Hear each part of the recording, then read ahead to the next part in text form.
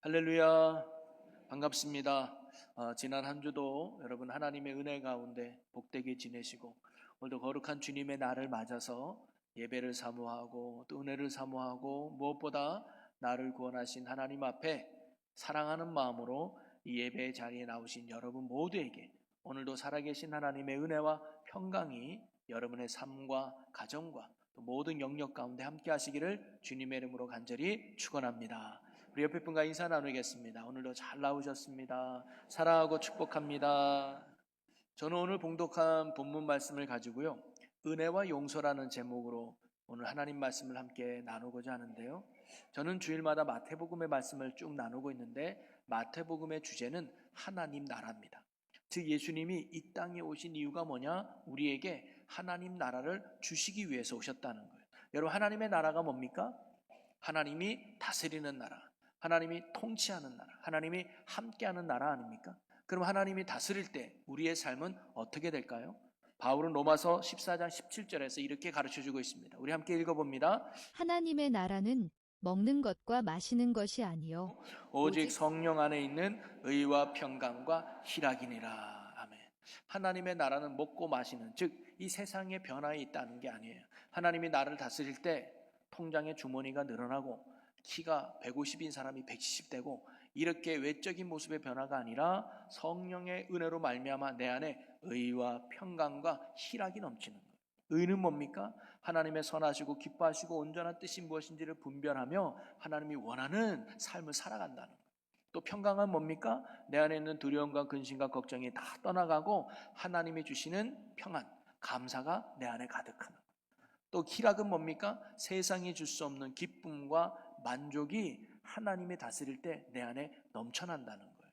여러분, 그리고 이러한 하나님의 나라는 죽어서 가는 나라가 아니라 이미 이 땅에서 시작되고 우리가 누리는 하나님의 나라인 줄로 믿습니다. 저는 여기 있는 여러분 모두가 단순히 교회에 나오는 종교인이 아니라 하나님을 만남으로 말미암아 하나님의 다스림으로 이러한 은혜와 복을 누리는 하나님 나라 백성이 되기를 주님의 이름으로 간절히 축원합니다. 그러면서 예수님은 이런 하나님의 나라에 합당한 자가 누구냐, 어떤 자가 이런 하나님의 나라를 온전히 누릴 수 있느냐라고 18장에서 예수님이 지금 가르쳐주고 계시다는 거죠. 그러면서 이건 어찌 보면 신앙생활의 원리와도 같은 내용인데, 그리고 오늘 본문은 그 내용의 결말과도 같은 말씀입니다. 자, 18장의 그 구분을 좀 한번 해보면 1절부터 14절까지가 첫 번째 시작으로 천국에서 누가 큰 자냐라는 가르침이죠. 그래서 누가 천국에 합당한 자냐, 누가 하나님 나라를 진정으로 누릴 수 있는 자냐, 그것은 바로 어린아이 같이 자기를 낮추는 자다.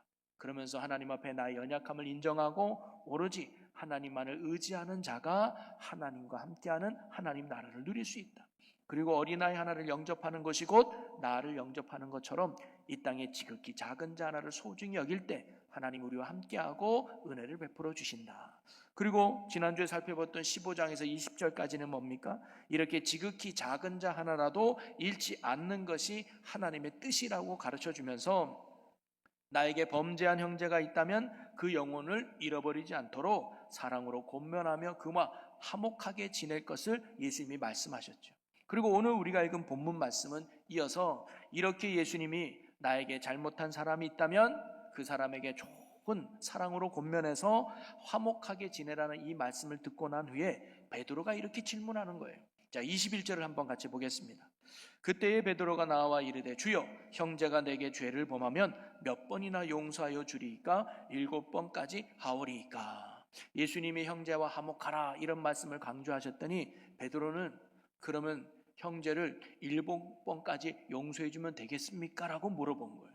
율법에는 3번까지는 용서해 주라 그랬거든요. 그래서 예수님도 1단계, 2단계, 3단계까지 사랑으로 권면하라 가르쳤는데 베드로는 여기에서 한 번 더 나아가서 3번에 2번인 뿐만 아니라 한 번 더 더해서 사람을 용서하면 되겠습니까? 이 정도면 충분합니까? 라고 베드로가 물어봤던 거죠. 그런데 이 베드로의 질문에 예수님은 뭐라고 대답하셨을까요? 22절을 같이 읽어보겠습니다. 시작. 내게 이르노니 7번뿐 아니라 7번을 70번까지라도 할지니라. 베드로야, 7번뿐만 아니라 7번을 7번까지라도 용서해야 돼. 그럼 숫자로 490번이냐? 그게 아니라 계속 용서해 주라는 예수님의 말씀 아니겠습니까? 이것은 당시 용서에 대한 전혀 다른 차원의 가르침을 주신 거예요. 베드로뿐만 아니라 유대인들은 용서를 횟수로 생각했습니다. 3번까지, 아니 7번까지 하면 되겠지 횟수로 생각했지만 예수님은 횟수가 아니라 마음이 중요하다는 것을 가르쳐 주신 것입니다. 용서는 몇 번 해주고 끝내는 횟수가 중요한 것이 아니라 그를 계속 용서해 줄 수 있는 마음이 중요하다는 거예요. 이렇게 형제를 용서하는 자만이 진정한 하나님의 나라를 누릴 수 있음을 예수님이 말씀하신 것이죠. 자, 그러면서 예수님은 이어서 한 가지 비유를 말씀해 주십니다. 그러면서 우리가 용서할 수밖에 없는 이유와 그를 용서해야 될 이유를 예수님이 이 비유를 통해서 우리에게 가르쳐 주고 계시거든요. 자, 이 비유의 내용은 뭐냐? 여러분 잘 알다시피 1만 달란트 빚진 자 이야기예요. 어떤 임금이 빚을 진 종과 결산을 봅니다. 근데 그 종이 얼마의 빚을 졌느냐? 1만 달란트의 빚을 졌다는 거예요. 여러분 그 당시 1만 달란트는요 엄청난 금액입니다. 지금도 마찬가지. 여러분 1달란트는 6천 데나리온입니다. 1데나리온이 노동자의 하루 품삯입니다. 그래서 제가 계산을 해봤더니 2025년에 시급이 1030원이더라고요.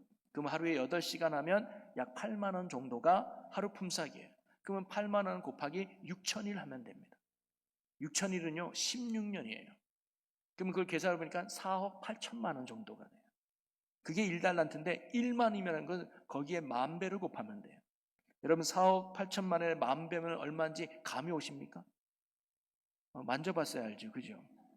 제가 계산해 보니까 4조 8천억이에요. 그래도 감각이 안 오시나 봐요. 4조 8천억이. 내 돈도 아닌데 뭐 그까짓 거. 제가 4조 8천억을 1초에 5만 원씩 샌다고 치면요. 얼마나 걸리는 줄 아십니까?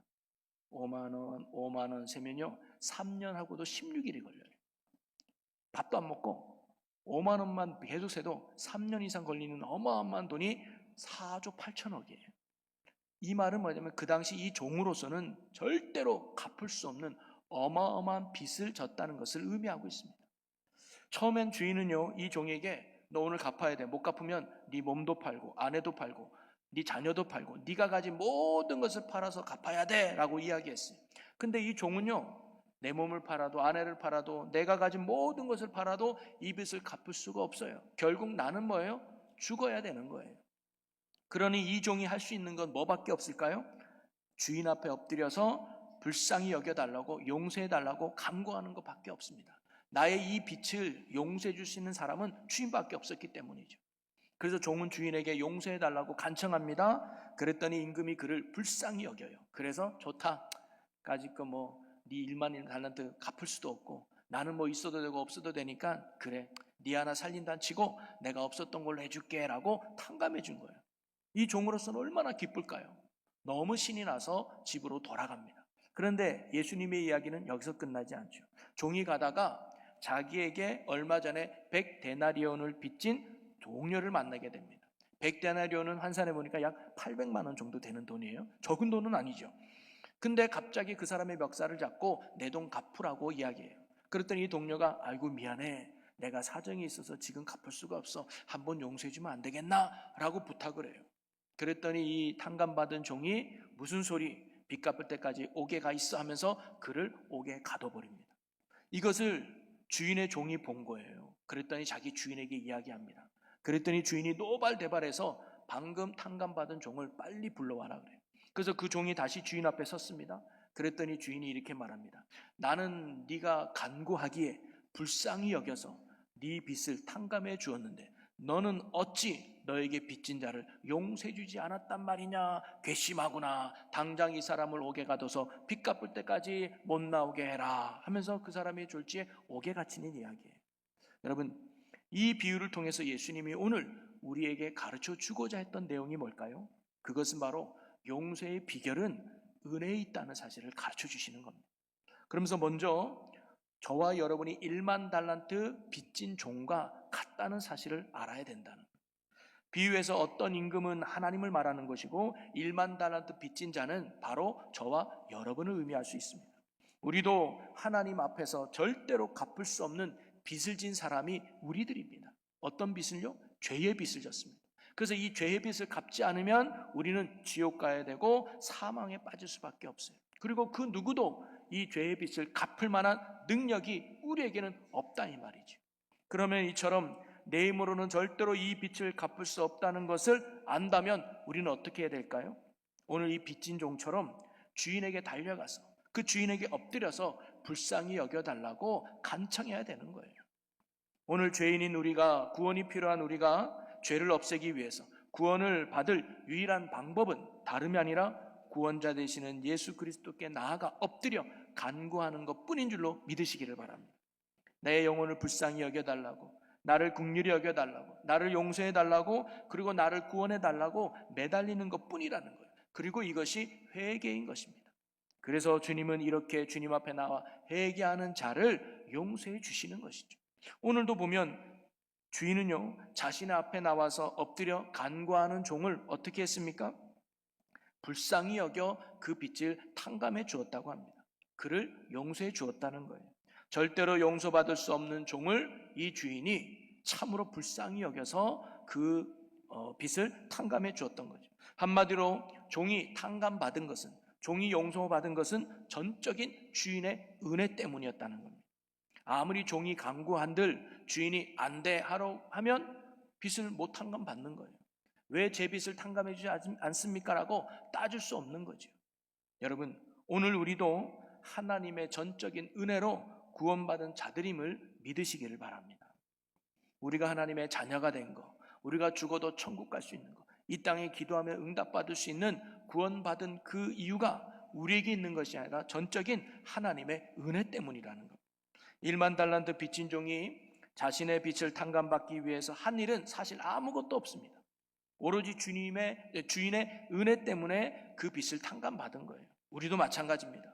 우리가 하나님의 자녀가 되기 위해서, 우리가 하나님의 천국 백성이 되기 위해서, 죽어서 천국 가기 위해서 우리가 해야 될 일은 아무것도 없습니다. 하나님이 모든 것을 이루신 하나님의 은혜로 저와 여러분이 구원받은 줄로 믿으시기를 바랍니다. 그래서 구원은 어떻게 보면 공짜입니다. 거저 받은 거예요. 그런데 우리가 흔히 공짜라고 하면 두 가지 이유 때문에 공짜일 수 있습니다. 첫째는 가치가 너무 없을 때 그냥 거저 주지요. 근데 또 하나는 가치가 너무 클 때, 내 힘으로 그걸 얻을 수 없을 때 선물로 그것을 받을 때가 있습니다. 구원은요, 내 힘으로 얻을 수 없기 때문에 하나님이 우리에게 거저 주신 선물과도 같은 게 구원입니다. 그래서 사도 바울은 에베소 2장 8절에 이렇게 고백하죠. 너희는 그 은혜에 의하여 믿음으로 말미암아 구원을 받았으니 이것은 너희에게서 난 것이 아니요 하나님의 선물이라. 아멘. 어떤 권사님이 중년의 남자에게 전도를 했습니다. 예수 믿으세요. 구원은 하나님이 우리에게 주시는 선물입니다. 공짜예요. 믿음으로만 받으면 구원 받을 수 있습니다. 라고 이야기했더니 그분이 말해요. 공짜요? 그럼 나 안 받겠습니다. 왜냐하면 제가 살아보니까 공짜치고 좋은 게 하나도 없더만요. 그래도 뭔가 좋으면 대가를 지불해야지. 공짜? 별 볼 이런 거 아닙니까? 공짜면 나는 안 받겠습니다라고 해서 그러니까 이분이 더 이상 할 말이 없죠. 왜? 구원은 진짜 공짜니까. 그래서 집에 돌아와서 하나님 구원은 공짜인데 이분이 공짜는 싫어한다는데 어떻게 하면 좋습니까? 그랬더니 하나님이 이 권사님의 마음에 주기를 그러면 그 사람에게 돈을 내라고 해라. 돈을 내라고 해야 되는 거예요. 그래서 그 다음날 찾아갔어요. 그래서 선생님께서 공짜를 받는 것이 싫어하시는 참으로 정직하고 훌륭한 분이시라면 그럼 돈을 내고 예수님을 믿으면 좋겠다 해서 제가 오늘 찾아왔습니다. 이렇게 훌륭한 분이 지옥으로 떨어지는 것을 참아 볼 수가 없어서 돈을 받고서라도 예수님께서 주시는 생명을 받으시게 해야 될 것 같아서 제가 오늘 다시 왔습니다. 그럼 왜 돈을 내야 하는지 그 이유부터 제가 말씀을 드리고자 하는데요. 선생님께서 지금까지 살아오면서 한 번도 돈을 내지 않고 공짜로 누렸던 것이 많은 것 같은데 그럼 그거부터 우선 계산해 봅시다 하면서 첫 번째 생명값입니다. 선생님은 지금까지 죽지 않고 수십 년 동안 생명을 가지고 살아오셨는데 그 생명값을 내셨습니까? 하루하루 생명을 유지하기 위해서 값을 지불하셨습니까? 두 번째는 햇빛값입니다. 모든 생명은 햇빛을 받아야 됩니다. 사람도 적당한 햇빛을 쬐어야 건강을 유지할 수 있습니다. 선생님을 보니까 피부병도 없고 건강한 거 보니까 적당히 햇빛을 쏜 것 같은데 햇빛값을 내셨습니까? 물어봐요. 또 세 번째는 산소값입니다. 공기값입니다. 사람은 공기를 마셔야 살아갈 수 있는데 만약에 공기가 없다면 사람들은 다 산소통을 메고 가겠죠? 그런데 선생님은 수십 년 살아오면서 공기를 마시며 살아온 것 같은데 그러면 공기값을 내셨습니까? 물어보는. 그랬더니 이 중년의 남자분이요, 기가 찬 표정을 하고 있는 거예요. 무슨 말도 안 되는 소리를 하고 있는 표정이에요. 그러면서 이 권사님이 계속 말씀을 이어갑니다. 선생님 보세요. 하나님께서 우리가 살아가는 데 있어서 없어서는 안 될 것들, 생명과 관련된 모든 것들은 바로 공짜 선물로 주셨습니다. 왜 그런 줄 아십니까? 돈으로 계산할 수 없기 때문입니다. 돈으로 살 수 있는 것이 아니기 때문입니다. 하나님은 우리의 힘으로는 절대로 그것을 얻을 수도 살 수도 없기 때문에 생명과 관련된 모든 것들은 하나님이 거저 선물로 우리에게 주신 것입니다. 천국도 마찬가지입니다. 우리의 힘으로는 절대로 천국을 얻을 수도 갈 수도 없기 때문에 하나님께서 우리에게 선물로 주신 것입니다. 선물로 주었다고 해서 그것이 가치 없는 게 절대 아닙니다. 오히려 더 가치가 커서 우리 힘으로는 얻을 수 없기에 하나님이 우리에게 은혜로 선물로 주신 것이 바로 구원입니다. 우리는 믿음으로 감사함으로 받기만 하면 됩니다 라고 전도했어요. 그랬더니 이분이 결국은 예수 그리스도를 영접하고 하나님의 자녀가 되었지요. 여러분, 구원은요, 이처럼 전적으로 하나님께서 우리에게 은혜로 주어지는 축복의 선물인 줄로 믿으시기를 바랍니다. 우리는 믿음으로 감사함으로 받으면 되는 거예요. 자, 그런데 여러분, 구원이 우리에게는 공짜지만 하나님의 입장에서는 엄청난 대가를 지불했다는 것을 우리는 잊지 말아야 돼요. 하나님께는 크게 두 가지의 대가를 지불했는데, 첫째는 하나님이신 그분이 인간으로 오셨다는 거예요. 여러분, 하나님이 인간으로 오시는 게 쉬웠을까요? 여기에 개나 고양이를 키우신 분들이 아마 많이 계실 거예요. 어떤 분은 정말 내 자녀처럼 키워요. 그런데 제가 하나 여쭤보겠습니다. 그렇게 개를 사랑하시고 고양이를 좋아하시면 개로 사는 건 어떻습니까? 고양이로 사는 건 어떨까요? 그럼 아마 화를 낼지도 모르겠습니다.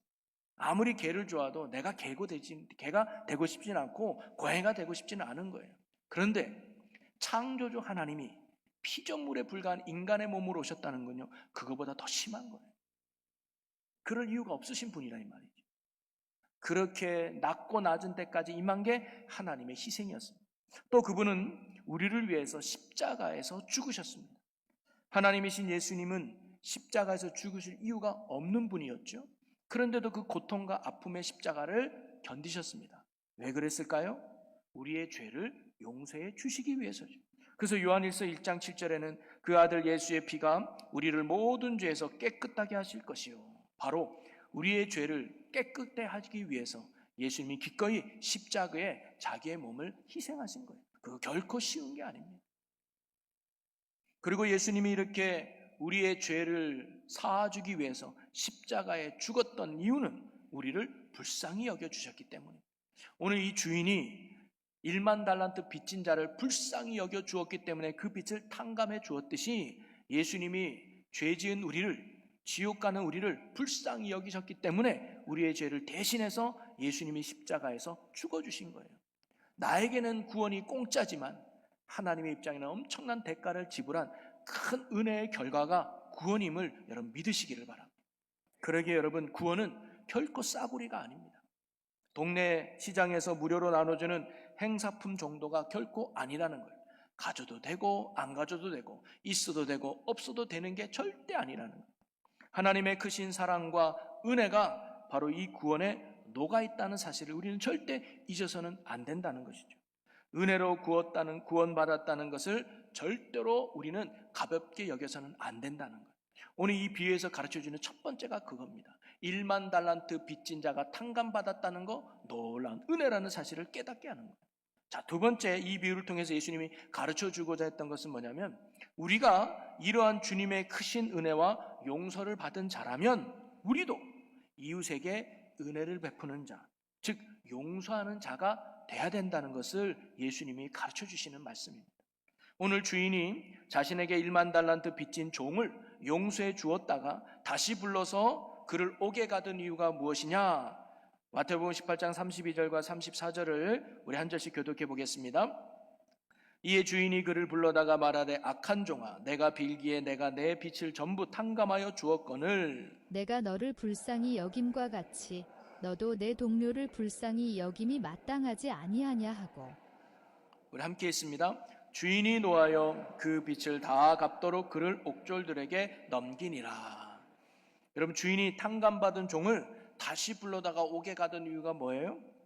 그가 1만 달란트라고 하는 어마어마한 빚을 용서받았음에도 불구하고 자기에게 100데나리온 빚진 자를 용서하지 않았기 때문입니다. 물론 100데나리온 800만 원, 적은 돈이 아니죠. 큰 돈일 수 있습니다. 그런데 그가 만약에 1만 달란트를 탕감받지 않았다면, 그 빚을 지지 않았다면 자기에게 100데나리온 빚진 자를 그렇게 하는 건 정상적인 행동이죠. 지극히 상식적인 일일 겁니다. 그러나 이 종은 자신은 1만 달란트라고 하는 큰 빚을 탕감받은 사람 아닙니까? 그러면 100데나리온 되는 이 사람을 용서해 주는 게 마땅하다는 거예요. 그게 은혜를 알고 은혜를 받은 자의 삶임을 예수님이 가르쳐 주신 거예요. 여러분, 오늘 우리가 형제를 용서할 수 있고 또한 용서해야 될 이유가 바로 여기 있다고 예수님이 가르쳐 주시는 것입니다. 그것은 우리가 주님으로부터 큰 은혜와 용서를 받은 자들이기 때문에 우리도 형제에게 잘못을 용서해 줄 줄 아는 자가 돼야 된다는 것입니다.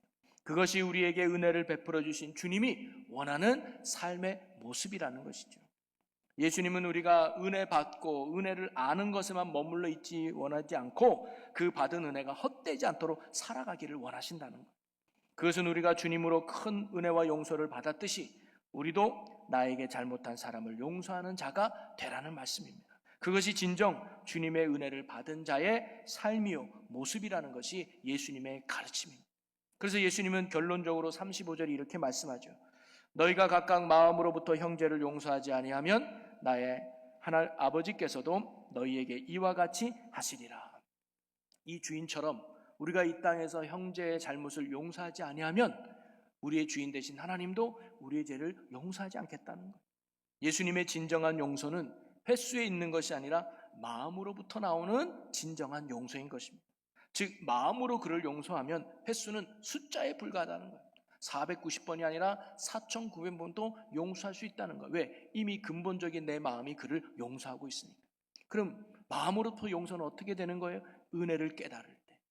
내가 1만 달란트 빚진 자라는 걸 잊어버리지 않는다면, 내가 1만 달란트를 탕감받은 종이라는 그 감격을 잃어버리지 않는다면 나에게 100데나리온 아니 1000데나리온 빚진 자도 용서해 줄 수 있을 거예요.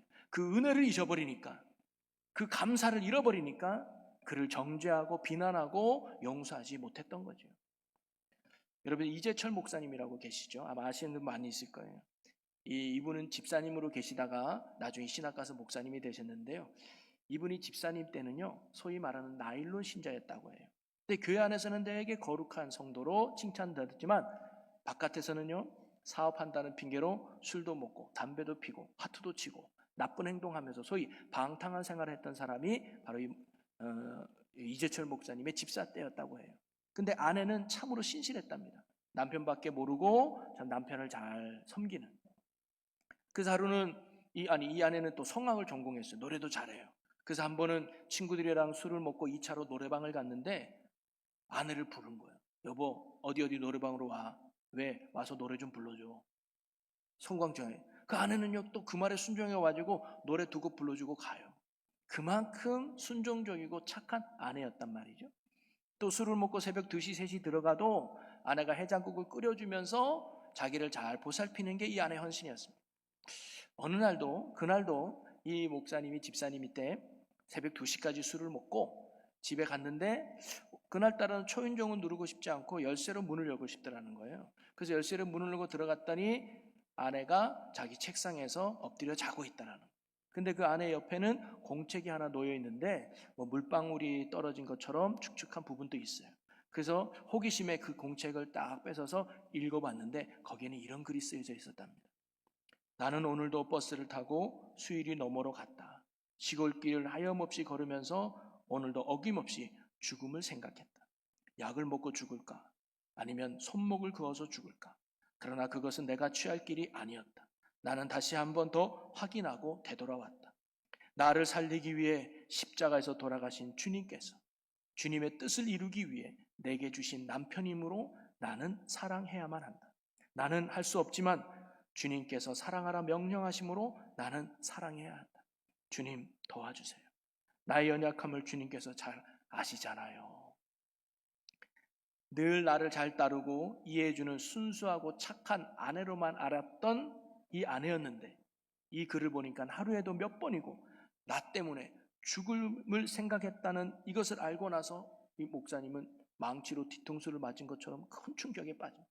그래서 아내가 불쌍해서 울고 나의 못난 것 때문에 울기 시작하면서 그날 밤에 인격적으로 예수님을 깊게 만나게 됩니다. 그러면서 완전히 바뀌어서 술, 담배뿐만 아니라 모든 나쁜 습관들을 끊고 오로지 말씀 앞에 살면서 신앙을 공부하고 그리고 목회자가 돼서 많은 사람에게 도전해주는 신실한 목회자가 됐죠. 여러분, 방탕한 삶을 살던 이 목사님이 주님께로 돌아오게 된 결정적 이유가 뭡니까? 바로 못난 남편을 끝까지 품고 용서해 주었던 아내의 사랑 때문 아니겠습니까? 그럼 이 아내는 왜 이렇게 못난 남편을 이렇게 끝까지 용서하고 품어줄 수 있었을까요? 그것은 바로 주님의 사랑과 은혜 때문이었다는 거죠. 내 안에 주님의 사랑이 가득하니까, 내 안에 주님의 사명이 넘치니까, 내 안에 주님의 은혜가 가득하니까 용서할 마음과 용서할 의지와 용서할 용기도 생기더라는 거예요. 사랑하는 성도 여러분, 주님은요, 우리가 이 땅에서 하나님의 나라를 누리기를 원하십니다. 그리고 하나님의 나라를 누리는 삶의 비결은 형제와 화목하게 지내는 것임을 이야기합니다. 앞에 본문에, 그 전에 본문에 보면 예수님은 두 사람이 합심하여 기도하면 내가 이루어진다고 했습니다. 또 두세 사람이 내 이름으로 모이면 내가 그들 중에 함께 하신다고 했습니다. 한 사람이 아니라 예수님은 크게 이 두 사람을 참으로 강조하는 것 같습니다. 이 두 사람이 뭡니까? 나와 싸웠던 그 사람, 내가 미워했던 그 사람, 나와 다퉜던 그 사람, 그 사람과 화해하기를 주님이 원하시는 거예요. 그러면 내가 더 기뻐하고 내가 더 은혜 베풀고 내가 더 너와 함께 하겠다는 거예요. 그러면 그 화목함에 있어서 제일 중요한 게 뭐냐? 용서라는 거예요. 내가 죄를 지었다면 그 사람을 찾아가 용서를 빌 줄 아는 용기가 필요하고, 누군가가 내게 잘못했다면 내가 용기를 내서 그 사람에게 용서해 줄 수 있는 믿음의 용기가 필요하다는 거죠. 그래서 우리가 형제와 화목하게 지내야 될 이유가 어디 있느냐? 그것이 곧 내가 은혜 받는 비결이요, 응답받는 또 축복받는 비결이 되기 때문입니다. 한마디로 용서는요, 상대방을 위해서 하는 것이 아니라 나를 위해서 하라는 거예요. 용서해야 내 영혼이 살고 은혜가 충만하고 하나님의 역사를 이루어가고 또 교회가 살기 때문인 것이죠. 주님은 그래서 우리에게 용서하라고 오늘 말씀하신 겁니다. 우리는 주기도문을 외울 때마다 이렇게 고백해요. 우리가 우리에게 죄 지은 자를 사하여 준 것 같이 우리의 죄를 사하여 주옵소서. 정말 우리가 이 기도에 맞게 오늘도 나에게 지은 죄가 있다면 내가 그 사람을 용서해 줄 테니 하나님 나를 용서해 주세요라는 이런 삶을 우리가 살아가고 있습니다. 우리가 나에게 죄 지은 자를 용서해 줄 때 하나님도 우리를 용서해 주신다는 거예요. 내가 내 옆에 있는 이웃을 사랑하고 섬길 때 주님도 우리를 섬겨 주신다는 거예요. 이 땅에서 내가 용서하면 하늘에서도 우리를 용서해 주신다는 사실이죠. 그리고 그 용서의 힘은 내게 있는 게 아닙니다. 상대방에게 있는 것은 더더욱 아닙니다.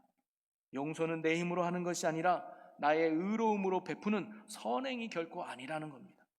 주님의 크신 은혜를 붙들 때, 주님의 그 사랑 안에 거할 때, 주님으로부터 그 사랑으로, 주님께서 주시는 그 은혜로 말미암아 우리는 그 사람을 용서할 수 있고 품을 수 있게 되는 거예요. 그게 마음으로부터 그 형제를 용서하는 것입니다. 여러분, 그러기에 우리가 정말로 바라보고 붙들어야 될 것은 다름이 아니라 주님의 은혜와 사랑인 줄로 믿습니다. 그 사람에 대한 상처와 미움이 아니라 하나님에 대한 사랑과 은혜 안에 더욱 거할 때 우리는 그를 품을 수 있고 용서할 수 있는 힘이 생긴다는 거죠. 그러니 여러분, 우리가 주님께 받은 그 은혜와 또 사랑받은 용서받은 자임을 늘 기억하고 주님의 그 크신 사랑 안에 날마다 거할 수 있기를 주님의 이름으로 간절히 소망합니다. 그래서 주님의 그 은혜 안에서 주님의 그 사랑에 힘입어서 나에게 잘못한 형제가 있다면 마음으로부터 그를 용서하는 자가 되어서 하나님의 더 큰 은혜 안에 살아갈 수 있는 저와 여러분 복된 삶이 되시기를 주님의 이름으로 간절히 축원합니다. 우리 이 시간 함께 오늘 말씀을 붙들고 기도하기를 원합니다. 주님, 내가 주님께 큰 은혜로 용서받은 자임을 결코 잊지 말고 그 은혜를 힘입어, 그 사랑이 힘입어 나 또한 용서하며 사는 자가 되게 해달라고 우리 다 같이 주여 한번 외치고 함께 통성으로 기도하겠습니다. 주여, 사랑의 하나님, 우리가 하나님 나라의 합한 자로 살아갈 수 있기를 원합니다. 우리가 하나님께 1만 달란트 빚진 자와 같은 은혜 받은 자임을 잊지 않게 하여 주시고, 오늘도 내게 죄 지은 자가 있다면 그를 주님의 마음과 사랑으로 용서할 수 있는 하나님의 은혜를 베풀 줄 아는 자가 될 수 있도록 성령님 도와 주시옵소서. 마음으로부터 형제를 진정으로 용서하는 자로 살아가게 하여 주옵소서. 그리하여 우리의 삶에 더 큰 하나님의 은혜를 누릴 수 있는 하나님 주의 자녀 되게 하여 주옵소서. 용서를 베풀기 원합니다. 사랑하며 섬기기를 원합니다. 은혜 안에 머무기를 원합니다. 주님의 힘으로, 주님의 도우심으로 용서하며 베푸는 자가 되게 하여 주시옵소서. 그래야 더 큰 은혜 안에 누리는 하나님의 축복의 자녀 되게 하여 주시옵소서. 아버지, 믿음으로 고백한 모든 성도들이 은혜를 기억하게 하여 주시고 그에 합당한 순종과 헌신과 사랑의 삶을 살며 용서하는 자들 되게 하여 주시옵소서. 아멘. 사랑과 은혜가 풍성하신 아버지 하나님, 오늘 말씀을 통해 용서받을 자격이 없는 저희를 주님의 크신 은혜로 용서해 주신 하나님의 사랑에 감사드립니다. 언제나 하나님의 크신 은혜와 사랑을 잊지 않고 날마다 그 은혜에 감사하며 사는 저희들 되게 하여 주시옵소서. 하나님의 자녀라고 하면서도 천국 백성이라 하면서도 내 마음을 아프게 하고 상처 준 사람을 쉽게 용서하지 못하고 미워하고 증오했던 우리의 연약함을 주님 용서하여 주시옵소서. 오늘 다시금 주님의 크신 은혜와 사랑을 깨닫고 또한 용서하라는 주님의 말씀을 마음에 새기며 누군가 우리에게 죄를 지어 우리의 마음을 아프게 하고 우리를 힘들게 한 형제 자매가 있다면 마음속으로부터 그를 진심으로 용서하여 주님의 마음에 기쁨이 되는 저희들이 되게 하여 주시옵소서. 그러나 연약한 저희들이라 오늘 결단해도 내일 또 넘어지는 게 우리들입니다. 용서한다 다짐해도 다시금 미움과 증오가 내 안에 꿈틀거리고 있는 것이 저희들의 솔직한 심정입니다. 주님, 그러기에 더욱 우리가 주님의 은혜 안에 머물기를 원하오니 불쌍히 여겨 주시옵소서. 십자가의 사랑과 은혜가 더욱 내 안에 넘치도록 채워 주시옵소서. 다른 형제와 자매들의 잘못을 바라보기보다 나를 위해 피 흘려주신 주님의 십자가의 은혜와 사랑을 날마다 바라보게 하셔서 그 은혜로, 그 사랑으로 힘입어 마음으로부터 그들을 진정으로 용서할 수 있는 주님의 귀한 자녀들이 되게 하여 주시옵소서. 그리하여 주님 앞에 서는 그날까지 진정 천국 백성답게 하나님의 자녀답게 살아가는 주님의 귀한 자녀들 되게 하여 주시옵소서. 우리를 용서해 주신 우리 주 예수 그리스도의 이름으로 기도하옵나이다. 아멘.